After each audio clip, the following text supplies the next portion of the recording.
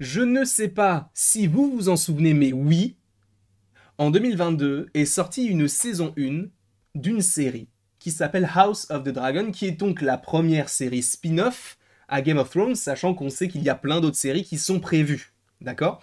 Et là, la saison 2 va sortir. J'ai revu le dernier épisode, là, il y a vraiment une semaine, pour me remettre un petit peu tout voilà, en place. Et là, on a le trailer. Et je vais pas te mentir, j'ai vraiment hâte de regarder ce qu'on va voir là maintenant tout de suite sur le champ. Donc ce qu'on va faire, c'est qu'on ne va pas perdre plus de temps que cela. Mais avant que je puisse brancher mes petits écouteurs, vous êtes team Alicent, Rhaenyra. Moi c'est Rhaenyra. Directement, je ne peux pas, je déteste Alicent. Je la hais. Tout son clan, ses enfants. Mais ses enfants, ils sont détestables.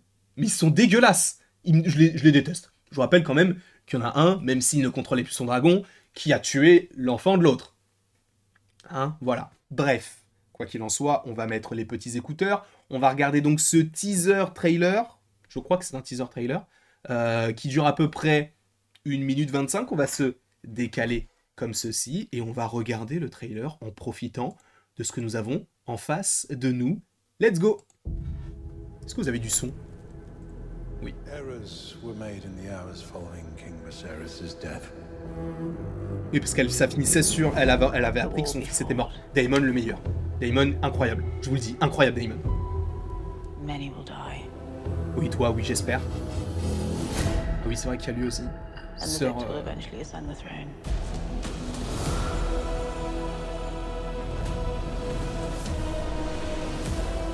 There is no war so hateful to the gods J'adore la musique. as a war between kin. Oh, dragon contre dragon. And no war so bloody as a war between dragons.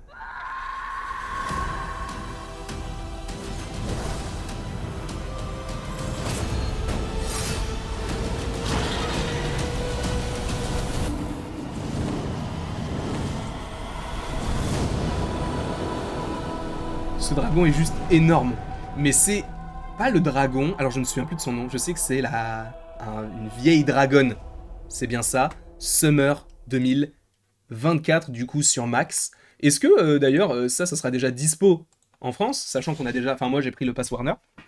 Donc, je pourrais regarder ça tranquillement chez moi. Voilà, tranquillement, tranquillement. Et évidemment, on fera sur la chaîne des petites vidéos critiques. Attendez, excuse-moi. Je me replace, c'est sympa. Mais oui, j'attends beaucoup cette série. Je t'avoue que en ayant revu le dernier épisode là, ça m'a vraiment remis dans le bain. Sachant, et j'en suis désolé, mais je vais reprendre la série, ne vous inquiétez pas, même si je pense que vous vous en foutez, hein. Mais je suis pas un grand fan de Game of Thrones. Je suis désolé. Je recommence actuellement la série. On a revu le premier épisode de la saison 1 pour l'instant. On n'a pas forcément totalement continué, mais je commence à reprendre pour vraiment avoir beaucoup de lore. Je ne me souviendrai pas de tous les prénoms, parce qu'il y a beaucoup de choses et je n'ai aucune mémoire.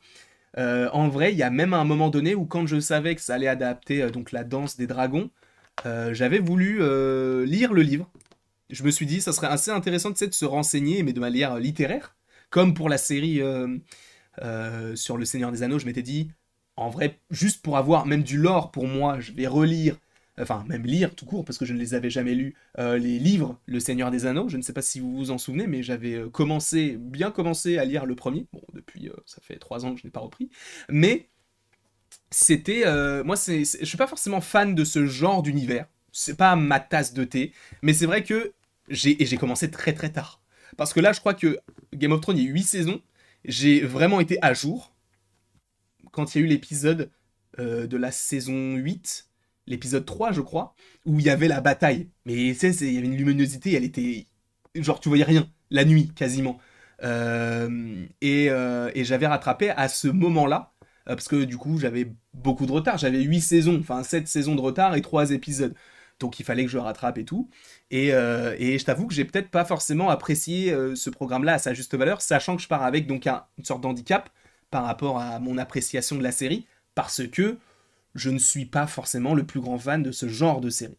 Même si je trouve que le côté politique derrière tout ça, de plus en plus en grandissant, ça m'intéresse d'autant plus, de savoir qui a le trône, qui fait des alliances avec qui, ça je trouve que c'est assez intéressant, de savoir si on est prêt comment dire, à refuser une alliance par rapport à des principes passés, des principes présents, parce que tu peux très bien avoir ton père qui te dit, ou ta mère qui te dit, tu feras des alliances avec telle personne parce que ce sont mes amis, mais peut-être qu'à la suite de ça, à leur mort, ces personnes-là vont se dire, mais en fait, moi j'avais une alliance avec tes parents, pas avec toi. Donc toi, tu te démerdes comme tu veux, tu vas trouver tes propres alliés, mais moi je suis pas allié avec toi. Donc ça aussi j'aime beaucoup, parce que c'était même le principe même du dernier épisode où donc le personnage de Rhaenyra envoyait ses 2 enfants faire des alliances, et à la suite de tout ça, je crois qu'il y en a un qui partait aux Airiers, et l'autre, je ne sais plus où il partait, mais il s'est fait tuer quoi. Et donc, moi, ce sont des choses que je n'appréciais pas forcément quand j'ai découvert la série Game of Thrones parce que j'ai tout regardé d'un coup, mais que j'apprécie au fur et à mesure maintenant en étant obligé de m'y plonger dans le sens plus personnel. Mais je trouve que pour l'instant, c'est une série qui, moi, me plaît beaucoup. En plus de ça, quand on te parle de House of the Dragon, t'as l'impression que t'as pas beaucoup de dragons. C'est faux. Parce que, en fait, le truc, c'est que ce qui est bien dans cette série, c'est que les dragons passent au second plan tout en étant primordiaux. Parce que ce sont, entre guillemets, des arguments de guerre. C'est-à-dire que tu vas pas forcément faire la guerre à Rhaenyra si tu sais qu'elle a des œufs de dragon, si tu sais qu'elle a son dragon derrière elle, il va y avoir des répercussions. C'est pour ça que lorsqu'elle veut montrer un petit peu, genre, tu veux t'attaquer à moi? Ok, j'arrive avec mon dragon.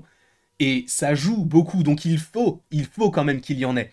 Et c'est cool, mais c'est pas forcément ce qu'on voit tout le temps. Et c'est bien aussi d'avoir une politique aussi sans dragon, juste de se dire, ok, elle en a, mais qu'est-ce qui va se passer en fait? Qu'est-ce que tu veux faire avec tout ça? Où est-ce que ça va? Et à quel moment ça va se finir?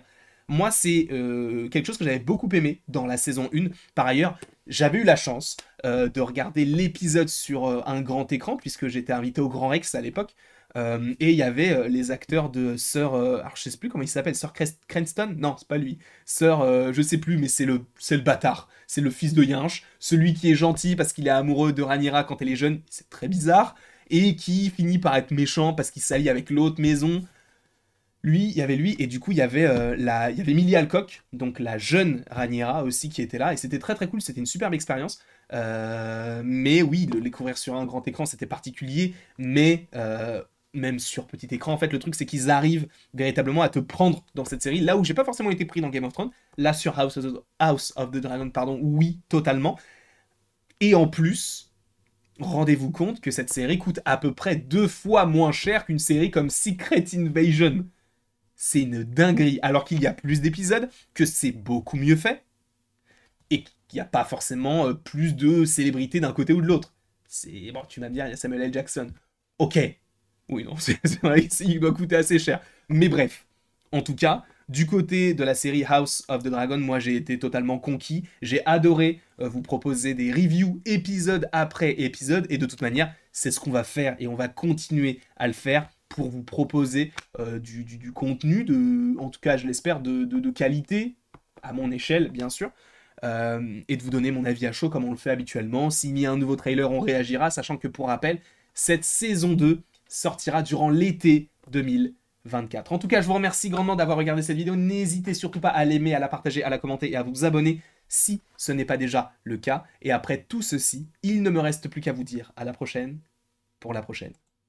Et bien sûr, sachez que vous pouvez aimer, partager, commenter et vous abonner si ce n'est pas déjà le cas. Et n'hésitez pas à me dire si vous attendez cette série ou non, parce que moi, beaucoup.